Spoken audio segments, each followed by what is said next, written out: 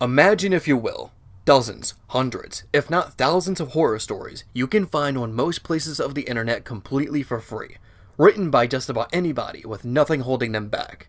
Sure, you could argue that if anyone could make these stories, then a lot of them wouldn't be that good. But when it comes to online media, it's not about making something quote-unquote good. It's about making something that others can enjoy with full creative freedom. Content that's more fun than good. That's what the internet's all about. And that's the exact content that got it popular in the first place. Sure, you could pay to watch another found footage movie made by a studio that wanted to spend the least amount of money to try and make the next Paranormal Activity, or pay $60 to play what you think is the next big horror experience, when in actuality it's just a standard zombie shooting game that camouflaged itself as something more than that. Or instead, you could read some creepypastas. I mean, hey, at least that one's free. But what is a creepypasta? Creepypasta comes from the internet term copypasta. A copypasta is text that's copy and pasted throughout the internet. And that's exactly what a creepypasta is, but instead as a horror story. Creepypasta has come a long way, but many would see its most popular age come between the years of 2012 to 2014. This is when some of the most recognizable monsters and killers who define what creepypasta is came to be. And it's time to look back on those years and count down some of the most classic creepypasta stories. Note, we're not ordering these stories in quality, but instead in popularity. The higher a story is ranked, the more they help define what creepypasta is. So if you see your favorite creepypasta on a lower rank than another, but arguably it wasn't that popular. Welcome to Crimson Kingdom and Cackling Pumpkins, as we count down the top 20 classic creepypastas.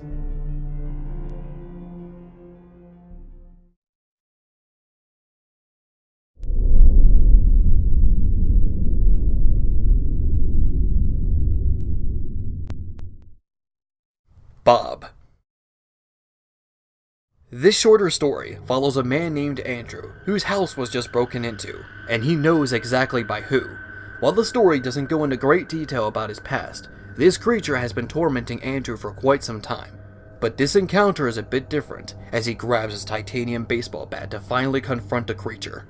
Not only this, but on normal occasions the creature would just simply flee as soon as it saw Andrew. For the first time, it approached Andrew, walking on broken window glass. Despite the advantage, he couldn't muster up the strength to strike the creature. Its appearance was far too disturbing. It seemed human, but way too far off to be anything like that. Its eyes, skin, and smile were uncanny, and it kept getting closer so bravely even with its lack of arms. Andrew finally gets the guts to strike the creature, but it doesn't seem to affect it at all. It retaliates by kicking him to the ground and stomping on his body, breaking his bones in the process. He became helpless to the creature standing over him. It used his sharp toenails to cut into his stomach as it stomped on everything inside, killing Andrew in the process. The story ends with the creature eating his skin, until Bob was full.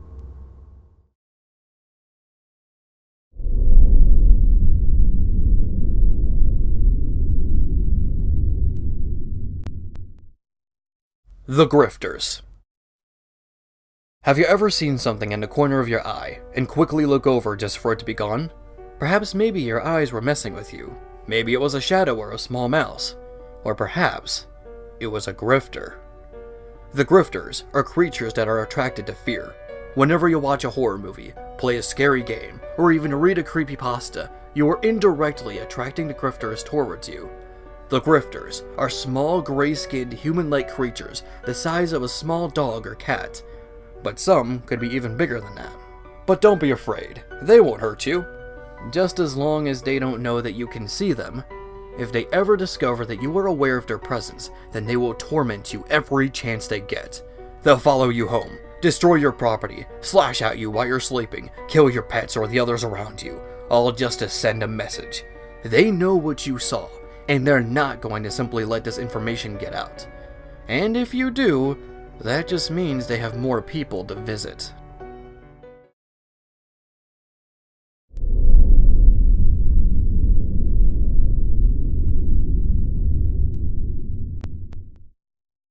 TICCI TOBY. Toby Aaron Rogers has a rare condition that makes him unable to feel pain. No matter what scratch or bruise you give him, he won't feel a thing. Well, physically anyway. for he was bullied for a second condition called Tourette syndrome. Children would give him the nickname TICCI Toby due to the ticking noise caused by his illness.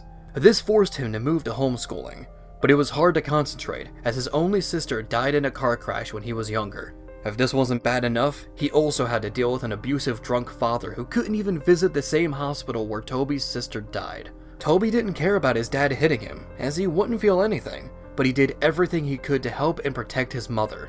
After an awkward dinner with what was left of his family, Toby saw someone stare at him from his window.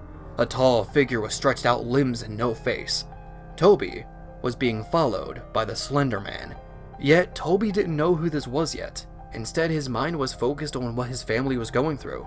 He isolated himself while chewing and cutting into his own flesh. Visions of his sister appeared in his dreams, and voices in his head telling him to do terrible things. He finally snapped, as he grabbed a knife from the kitchen and killed his father with everything he had. His mother came in and screamed in fear of witnessing her own son kill his father. He ran into the garage and took his old man's hatchets, one new and one old, along with a few matches and a filled gasoline tank. Being chased by the police, he ran into the forest and lit them ablaze. Just when he thought his life was finally coming to an end, the Slender Man appeared before him. Not to kill him, but to make Toby work for him.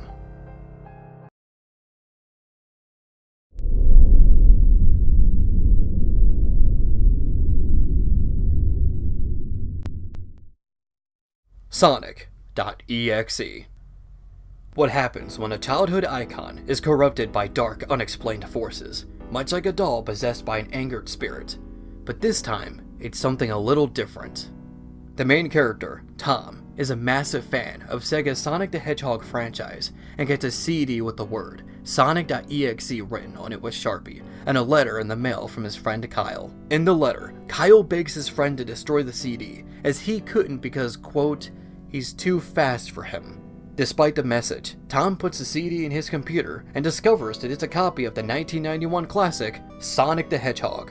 But as soon as he presses start, he quickly realizes that this is more than just a trip down memory lane. Instead of playing as the titular character Sonic, he's presented with a selection screen with 3 options: Miles Tails Prower, Knuckles the Echidna, and Dr. Robotnik. With every character he selects, he's brought into a different level with disturbing visuals and, as the story puts it, hyper-realistic blood. Each level ends the same way, as his red, bloody-eyed, twisted version of Sonic kills every character as they are no longer able to be selected. After the last character, Dr. Robotnik is killed off, a highly detailed image of the face of Sonic.EXE appears, with the text, I am God.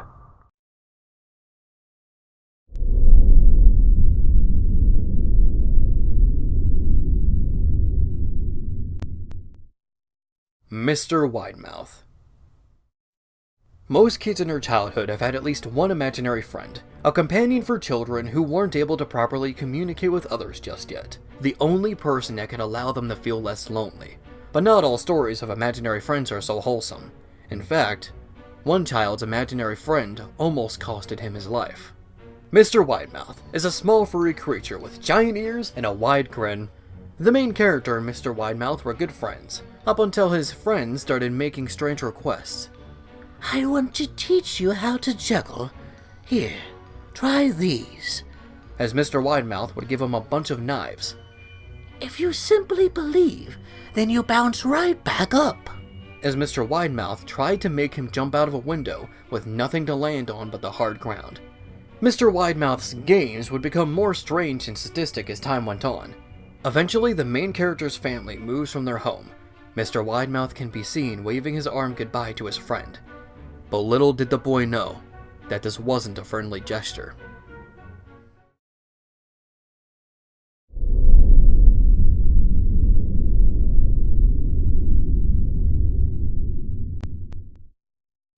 Abandoned by Disney.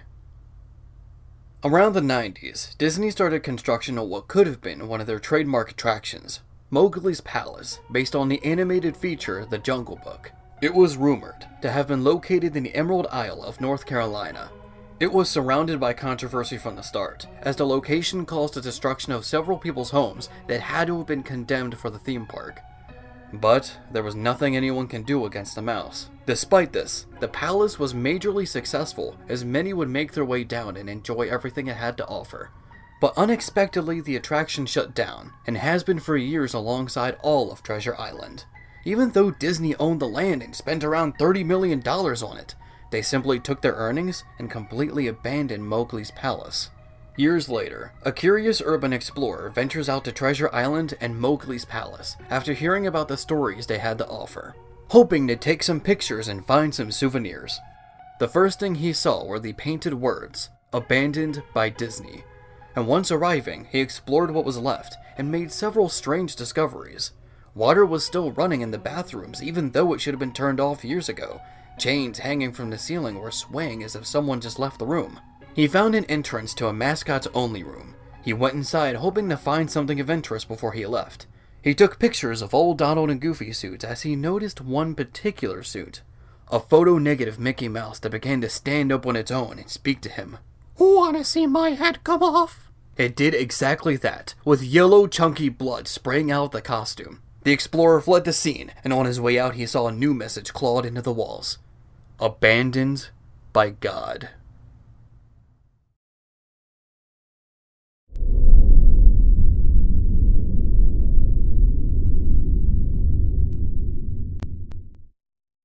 ZALGO. There are two versions of this creepypasta. One is sort of an internet meme, where someone takes an image, most of the time of a famous character, and turns it into a twisted version of its former self. Blood, tentacles, black eyes, and unreadable text will often accompany the image. Just by looking up ZALGO on Google Images, you'll be met with characters like SpongeBob, Garfield, and My Little Pony's Pinkie Pie as they become the spawn of ZALGO. The second is a Lovecraftian-like creature with a form that cannot be comprehended by the human mind. The only features that can be witnessed are his 7 mouths, the Dead Star he holds in his right hand, and a candle with a light made of shadow in his left. He is referred to as the chaotic hive mind, and he who waits behind the wall. It's said that one day, ZALGO will bring chaos into the world when his 7 mouths, each that speak in different tongue, will sing the song that ends the earth. When we hear this song, we'll know it's the moment he comes.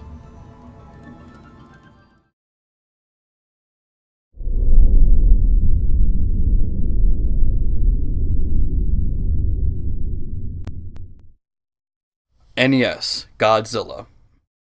Known as one of the few quality video game creepypastas, NES Godzilla starts the same way as many other stories. A nostalgic individual manages to find a copy of an old game he used to play in his childhood, but quickly realizes that it is not the same game he grew up with. From graphical changes, a new playable character named Solomon, text changes, gore, and even a new threat simply called Red. Red is a 4-legged, human-headed massive monster, even bigger than the king of monsters himself. Red seems to be completely unstoppable, and always is one step ahead of the player. Now you're probably thinking, why doesn't he just turn the game off? Let me guess. His curiosity got the better of him like nearly every other video game creepypasta. A cliche that has plagued the genre ever since the very beginning. Well, no actually. He tries to get up to shut down the NES system, but something is holding his body down. He can't stop playing no matter how much he wants to. A welcome change that other stories should take note of. And unlike most other creepypastas in general, this story is a lengthy one, spanning multiple chapters that will take hours to read all the way through. But it's a shame that it all leads to arguably the worst part of the story, being the ending. I won't spoil it for you in case you're interested in taking a gander yourself, but if you're curious, there are multiple readings you can check out. Nonetheless, NES Godzilla fully deserves the praise that it gets.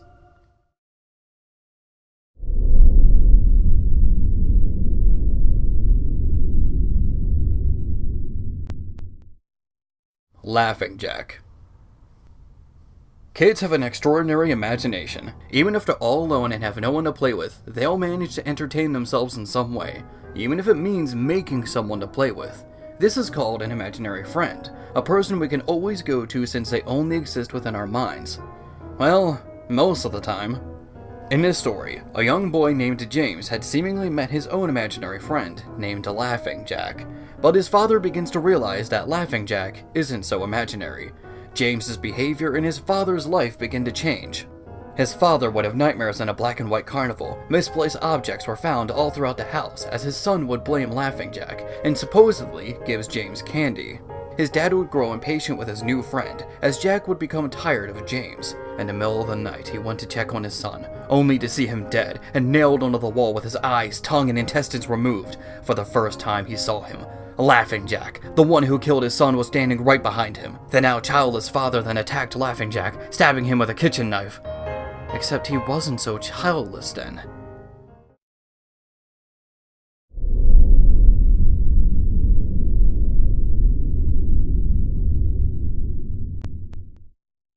Squidward's suicide.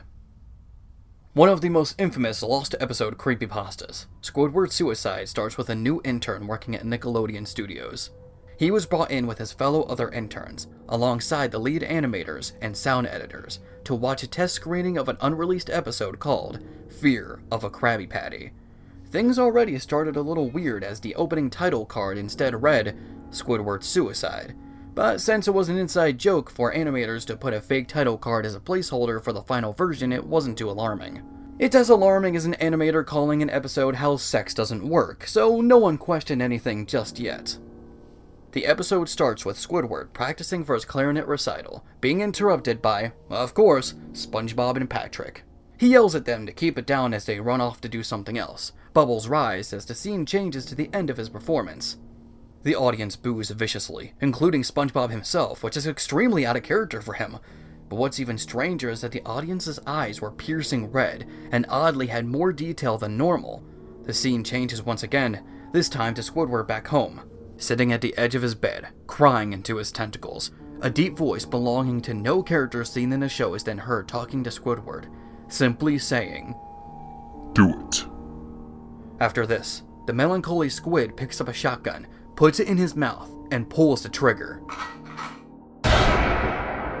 Throughout watching the entire episode, rewinding and pausing at certain moments, and even replaying it with the show creator Steven Hillenburg in the room, they noticed more disturbing scenes hidden throughout the episode. Photos of mutilated children. And still to this day, no one knows what caused the episode to be like this.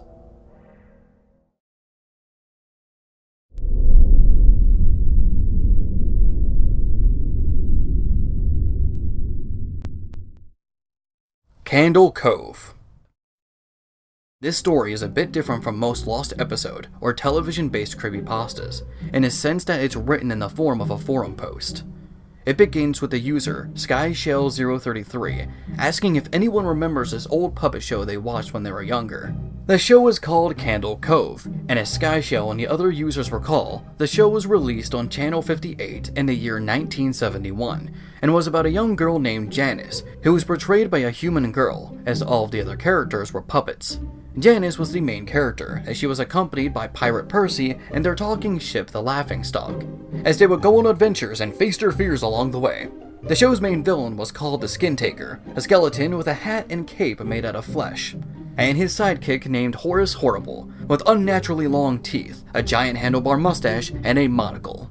The more the users recounted the show, the more they remembered how much it frightened them as children, especially what they simply called the Screaming episode, and the revelation that they were the only ones who could see it. This story was a lot more popular than what it seemed, as it was the basis of the first season of Channel Zero, a TV series on Sci-Fi that basically adapted creepypastas into an anthology series, with each season being based on a different story, like Candle Cove and No End House.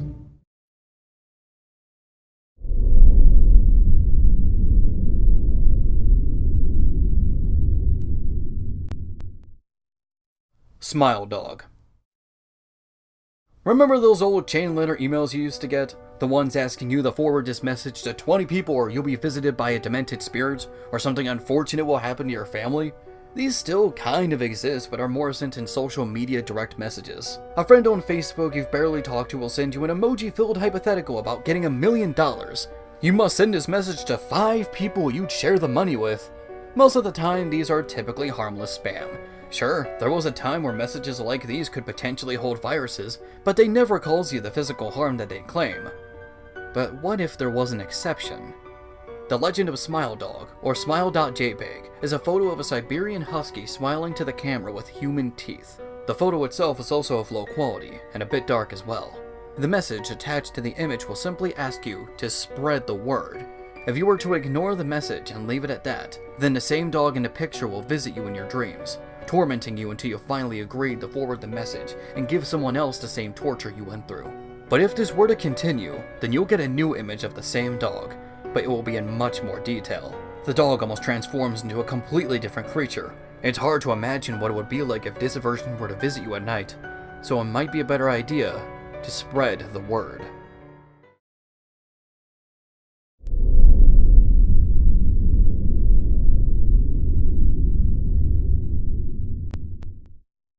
Pokemon Creepy Black. The original Kanto games of Pokemon had 4 versions to them. Pokemon Red, available in all regions, Pokemon Green, the same as Red but only available in Japan, Pokemon Blue, a special edition of the game that came in both regions, and Pokemon Yellow, a different take of the game where the main character is accompanied with a Pikachu who will follow them everywhere they go. But what if there was a 5th version? From Red, to Green, to Blue, to Yellow, and to Black. Pokemon Creepy Black is a version of the game similar to Yellow, where you're accompanied by a new Pokemon at the start, but instead of the series mascot Pikachu or any other known Kanto Pokemon, you are followed by Ghost. Ghost takes the form of the ghost you encounter in Lavender Town, but while that ghost was revealed to be the spirit of a dead Marowak killed by Team Rocket, this ghost doesn't seem to have any real origin. Ghost only has one ability called Curse. Once used, the screen will go black, and the opposing Pokemon's scream can be heard. When the screen comes back, the Pokemon will be gone. Even the trainer's Pokeball on the top of the screen that's meant to represent them will be missing as well. And instead of the game telling you that the opposing Pokemon fainted, it'll instead say that they've died. You can also use this ability on any NPC on the map, which will replace them with a tombstone. The game's ending is a bit different as well. The trainer sprite is replaced with the sprite of the old man, and no one can be seen on the map. Every person and Pokemon are gone. The trainer attempts to attack Ghost, but due to your age you can only use Struggle, and despite the odds, Ghost doesn't use Curse on you right away, almost like it shared a bond with the trainer. It only uses Curse when the player's health is chipped away by Struggle, only needing one more Struggle left. It's like the Ghost just wanted to put you out of your misery. After this, the game will delete its own save file, with New Game being the only option.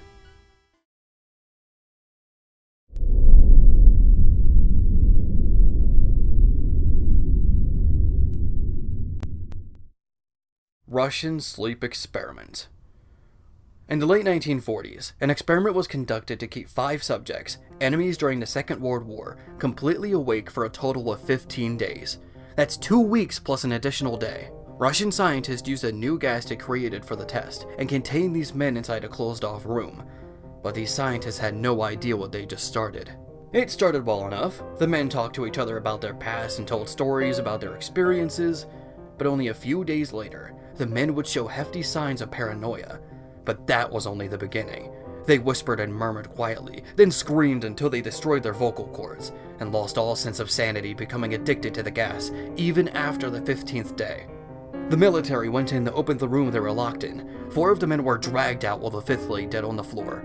But it was not the 4 remaining men that killed him. All 5 willingly harmed themselves by ripping off chunks of their own flesh and then consumed it, performing what is known as auto-cannibalism, where a person eats their own flesh rather than someone else's. Despite all of the damage their bodies suffered and their physical condition, these men showed great strength as they resisted and even killed the soldiers that attempted to drag them out of the gas-filled chamber. They had become dependent on the chamber and the gas that made them this way. Throughout the remainder of the research, it was revealed that if the men were to finally fall asleep, that they will die immediately. The men started to die one by one until the scientists finally agreed to put them back in the gas chamber. One of the soldiers snapped and pointed a gun at the last man. He shouted, "What are you?" Have you forgotten so easily? We're you. We're the madness that lurks within you, begging to be free at every moment, at your deepest animal mind. We are what you hide from your beds every night. We are what you sedate in silence, and paralysis what you go to the natural haven where we cannot tread. The man was shot, and through his last breath he stated, so nearly free.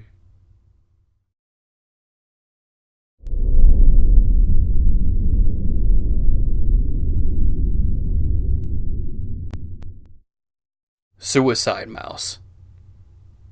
It's strange how media these days seems so easy to become lost because of the digital age. Download-only games that can never see the light of day again, and even entire series that can be brushed under the rug with the rise of streaming and internet content. Well, at least we can preserve media these days. Shorts back in the 1920s can be hard to keep safe and preserve because of their age. If they weren't already transferred to modern media, then most likely they would be unwatchable due to how long it's been since they were made. The reels they were originally made on are most likely damaged from time, with no way to restore them. So if there was, let's say, a rumor about a short in the 1920s existing, then there would be no way to prove or disprove its existence, especially since all of the people that made these shorts are most likely dead by now. This includes one of the most well-known lost episode creepypastas based on an urban legend called Suicide Mouse. The short in question doesn't seem like much at first. It just features a worried Mickey Mouse walking down an endless sidewalk. The music was that of a piano's keys being mashed randomly. 3 minutes of this would go by until the screen goes black for an additional 3 minutes. At that point, the short would return, but Mickey's frown would be turned into a tiny smirk. This is when the short would go ballistic. The piano keys were replaced with distorted screaming. The background building started to deteriorate. Mickey's smile grew into an insane grin, and his face would transform into something unrecognizable from the corporate mascot. The short ends with the same Mickey Mouse face that signifies the short's conclusion, with Russian text that translates to, "The sights of hell bring its viewers back in."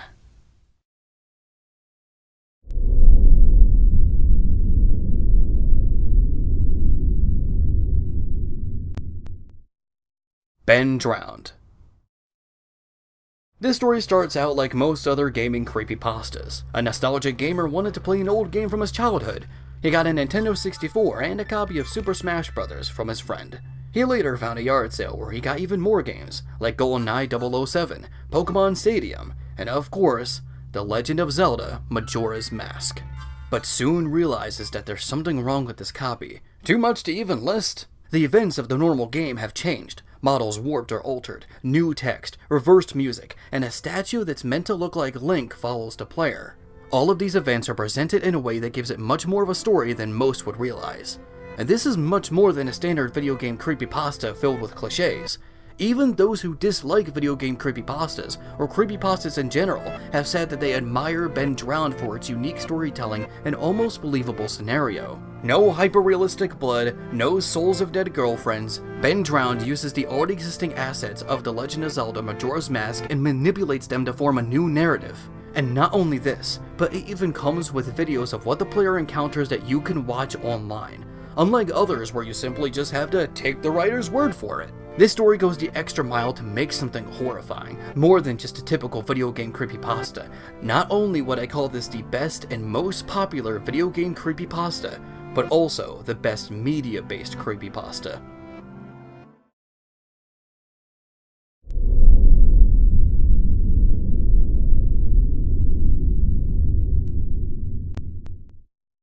The Rake. One of, if not the most recognizable creepypasta monsters out there. This is a creature that's tormented countless people throughout the decades, from the 1960s to the current age. This monster has brought innocent lives to desperation and driven them to suicide. This is the Rake. The Rake is a strange bipedal creature. I say bipedal as its appearance has been compared to both humans and dogs, but was far too unnatural to be either. It almost looked broken or harmed. Its sharp claws gave it the ability to tear through just about anything. It tore apart her mother's child in mere seconds before she could rush to her room and save her. Its speed allows it to scurry across the room like a scared cat, almost impossible to catch. Even though it acts like a wild animal ready to attack at any moment, the Rake is capable of speech. But more often than not, it's just a few words, telling trespassers to leave or mentioning names of loved ones. It sneaks into people's homes and watches them as they sleep.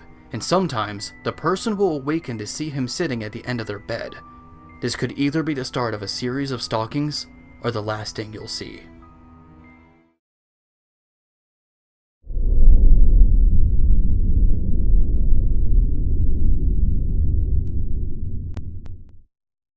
The Slender Man.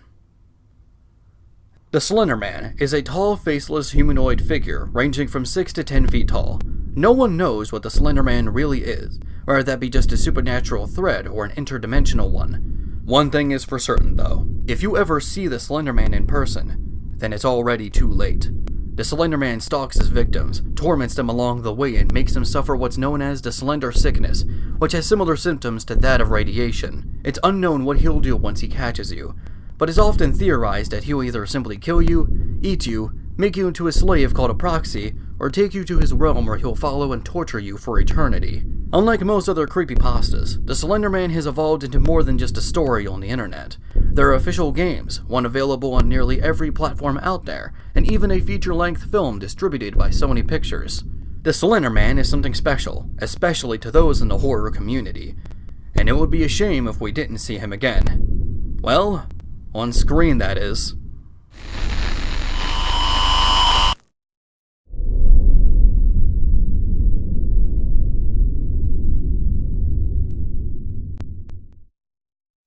The SCP Foundation.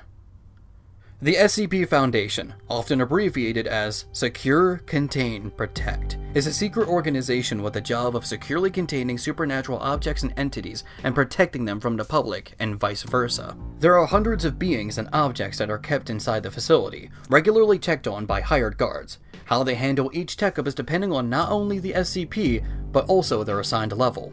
First, there's Safe Class. These SCPs are the least threatening and have already been contained properly, and they don't need that much more attention to be kept safe. That doesn't mean they're harmless, however. It just means they're the most manageable. These include such examples as SCP-021, a parasite that takes the form of a dragon tattoo. Once the parasite finds a new host, it will begin to feed off of their skin pigment, and contains its host through physical contact. It's been kept safe on subject D-124's arm inside detention cell 217A. Next is Euclid class. Euclids are a bit more complicated as those in the facility lack a full understanding of the SCP in question. This example is quite possibly the most famous due to his appearance in the horror game SCP Containment Breach. SCP-173 is a concrete statue of some vaguely humanoid creature. Seems normal enough until you look away. Even if you just blink while looking at SCP-173, then it will move at incredible speed and snap your neck. It's often suggested that no less than 3 subjects should enter 173's containment unit as not to risk any casualties. Heater class SCPs are extremely dangerous and difficult to keep contained. They require the maximum amount of care when being handled. SCP-274 is a parasitic-like paint that only affects buildings. If the SCP touches a building, then it will be covered in disturbing designs and graffiti. Once a wall becomes completely covered in paint, then it evolves into SCP-2741. The wall gains sentience as it tries to lure victims in where they'll be consumed by SCP-2742, which are humanoid graffiti of men and women wearing gas masks. Thaumiel class SCPs are a strange case, as they are SCPs used to contain other SCPs. One example is SCP-2798, which was strangely enough created by the Foundation themselves several decades ago to ensure containment of SCP-001. It is an anomalous energy field that comes from the Earth to protect everyone from the SCP already mentioned before. Lastly is Neutralized, which is an SCP that no longer requires protection as they were either killed, destroyed, or aren't deemed a threat anymore. SCP-407 is a song sung in an unknown language. Those who listen to the song often describe it as beautiful or soothing, but the song does have another effect. Those who are within a certain radius will have their cells repaired. Physical damage is undone, and scars are even healed. It can even cure the likes of Alzheimer's and Crohn's disease. But if you listen for too long, then your cells will continue to grow past this point, almost appearing as tumors on one's skin. Listen even longer, and your body will mutate with fungus and even animal qualities that will grow uncontrollably, some even becoming their own beings. SCP-407 was destroyed by an interest group known as Serpent's Hand. All copies and backups were also destroyed. What the SCP facility does is protect us from supernatural threats and these threats from the likes of us, to preserve and study them for as long as possible. But be warned, as not everything is contained by the SCP Foundation, and it's not like they're incident-free.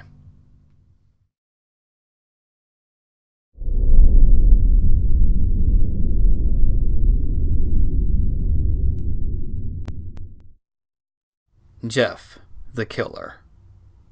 Jeff had just moved into the neighborhood due to his father getting a promotion at his job. Seemed like the start to a new and better life already, but Jeff and his brother Louie knew that this was far from the case. On one of their first days of school, they were approached by 3 bullies at the bus stop who began to harass them for money. Jeff got a strange feeling, one that's been bothering him for quite some time. He lost it and attacked one of the bullies, leaving them incapacitated. Later, the police arrived at Jeff's home, but before they could take him away, his brother Louie took the bullet for him and claimed he was the one who attacked those 3 kids. He was sent to juvie right away. Later, Jeff's family went to a birthday party they were invited to prior to Jeff's attack. He played with the younger kids, having much more fun than anticipated. But then the bullies returned, planning to get revenge for what Jeff did to them. He tried to defend himself when one of the kids held him down, poured alcohol on his face, and lit him on fire. Jeff was sent to the hospital.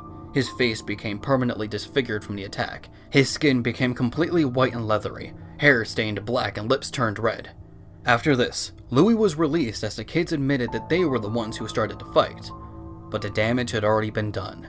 His mother walked in on him burning his eyelids so he would never sleep again, and used a knife to rip an extended smile into his face. He killed his entire family and fled the scene. He now wanders around, breaking into homes and killing anyone he can find. Imagine waking up in the middle of the night and seeing his silhouette in the dark as he says, Go to sleep.